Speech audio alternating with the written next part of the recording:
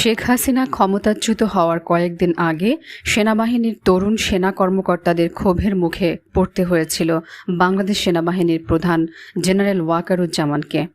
ভারতীয় সাময়িকী দ্য উইকে 17 আগস্ট প্রকাশিত এক প্রতিবেদনে এমনটাই বলা হয়। এতে বলা হয়, 2 আগস্ট এক বৈঠকে তরুণ সেনা কর্মকর্তারা দেশের পরিস্থিতি নিয়ে ক্ষোভ প্রকাশ করেন।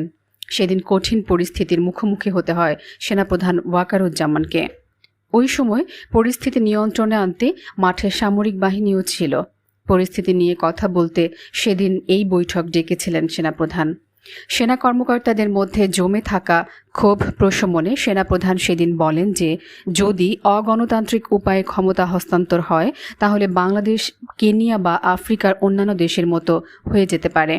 তিনি বলেন, আমাদের দেশে 1970 সালের পর এমন গণবিক্ষোভ আর কখনো হয়নি, তাই এটি ব্যতিক্রম ঘটনা। সবাইকে ধৈর্য ধরতে হবে। তবে এর আগে সেনাবাহিনীর ভেতরে অনেক কিছু ঘটে গেছে, আর 2 আগস্টের বৈঠকও শেষ হয়েছে তরুণ সেনা কর্মকর্তাদের ক্ষোভের মধ্য দিয়ে।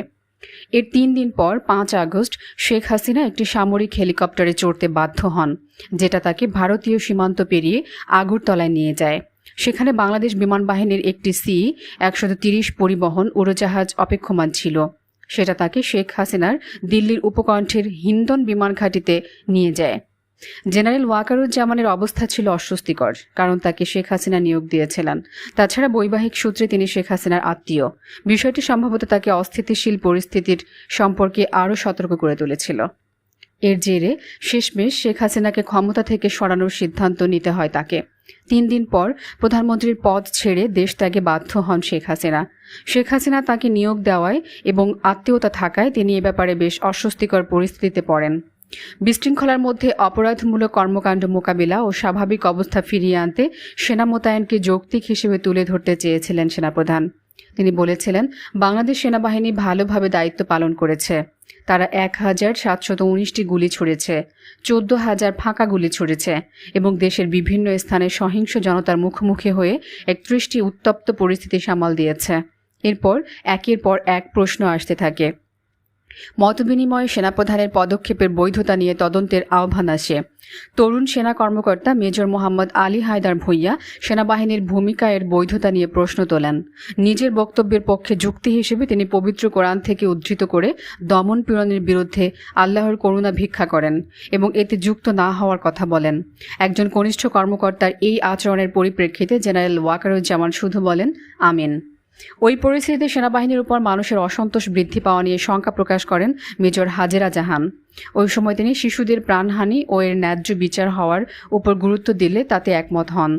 সেনাবাহিনীর উপর জনগণের সমর্থন কমে যাওয়ার কথা তুলে ধরে সেনা সদস্যদের ব্যারাকে ফিরিয়ে নেওয়ার পরামর্শ দেন 5 এয়ার ডিফেন্স রেজিমেন্টের কমান্ডিং অফিসার লেফটেন্যান্ট কর্নেল মাহবুব।